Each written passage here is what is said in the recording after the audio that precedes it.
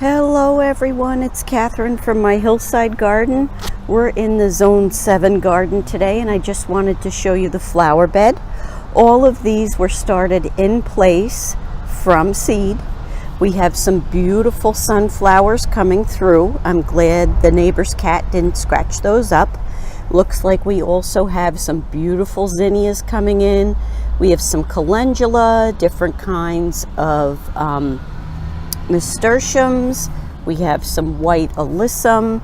So I'm very pleased with this area. Though down this end, it didn't do quite as well because you could see the one spot where I didn't have a tomato cage there, and also over here. The cat has been in there and scratched up all the seeds.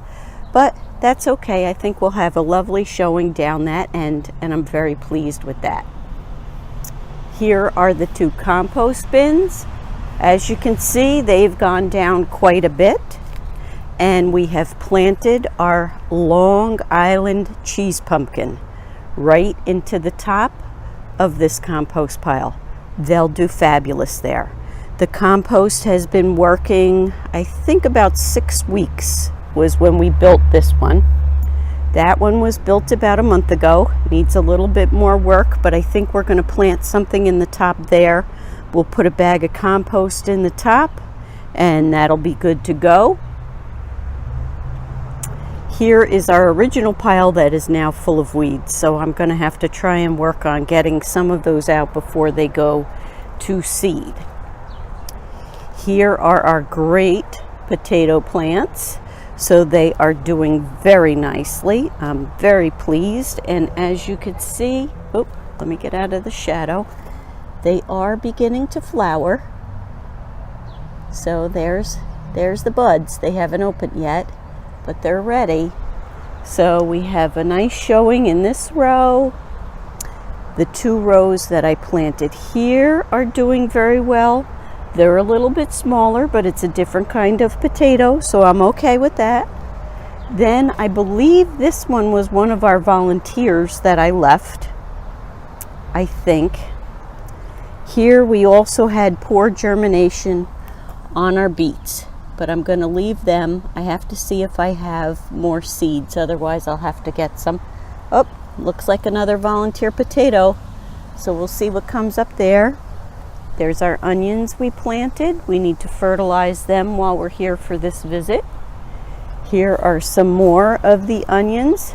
Very happy. These are the ones I started from seed, so can't go wrong with that. Oh, got a couple. Must have been somebody in through this area here and here because there aren't any, but there's a volunteer tomato plant, and we're going to let that go. And I'm not sure what that is. We'll have to see. Oh, we have another volunteer here. Do you allow your volunteer tomato plants to grow in place if there's room?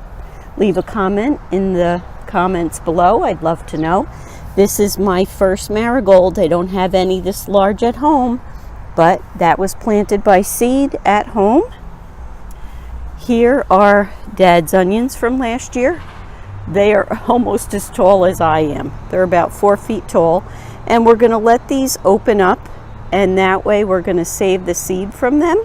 So we'll have some of our own onion seed. There is a volunteer tree I need to cut out.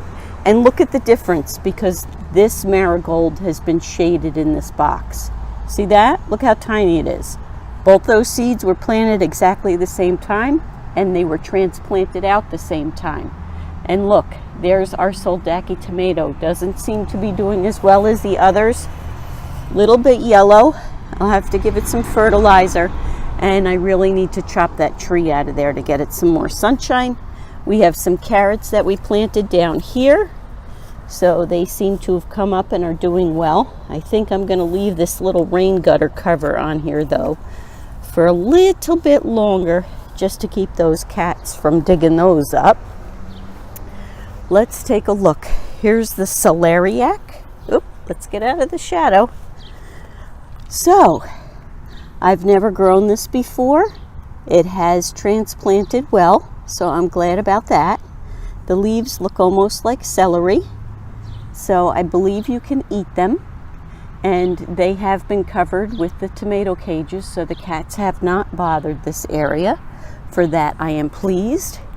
And this is a carrot from last year that is going to seed.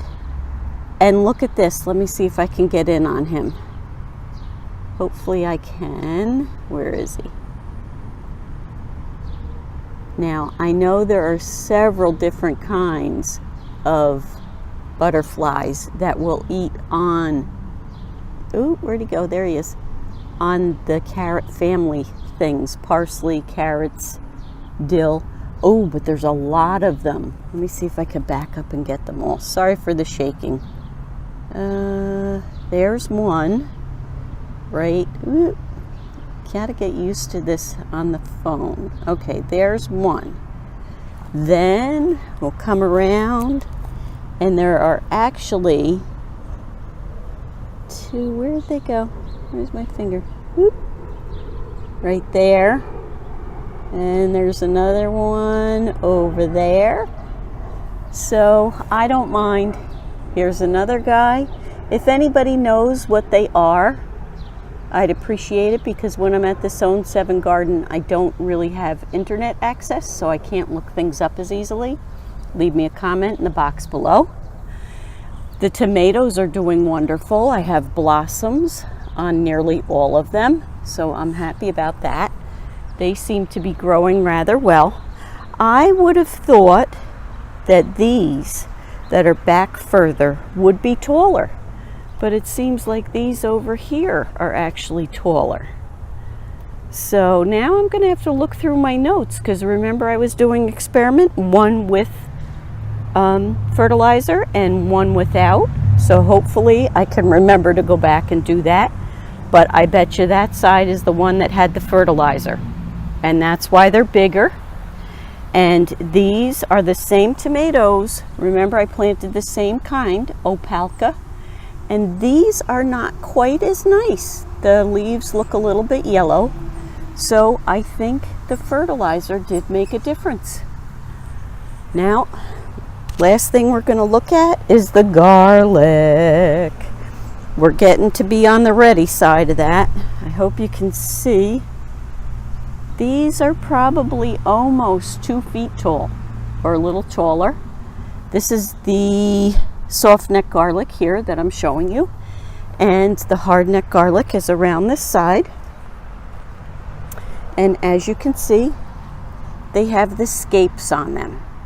Now I'm going to tell you something that I learned about them. When they swirl around like that, that's the best time to take them to use them. They have a very garlic flavor. You can freeze them. Look online for a couple recipes. You can put them in butter, you can put them in oil, put them in, chop them up, puree them, put them in ice cube trays in your freezer. But what I do is we save 1 or 2 of these on the garlic. Don't cut them off. And the reason being, once they go around and around, and then they begin to unfurl again and stand straight up, when they stand straight up again, that is usually a good indicator they're ready to be pulled. Now you can see on a couple of them, the bottom leaf has already started to yellow a little bit, and that's okay, that's what you want to see. But before you pull them, when it's the hard neck garlic anyway, because you have the scape to help you, wait until the scape stands up tall and there are at least 2 of the bottom leaves that have turned yellow and started to die off. You could always peek, dig down in the soil a little bit to take a look at them, but I think they're looking pretty good. So there's our other tomato at the end.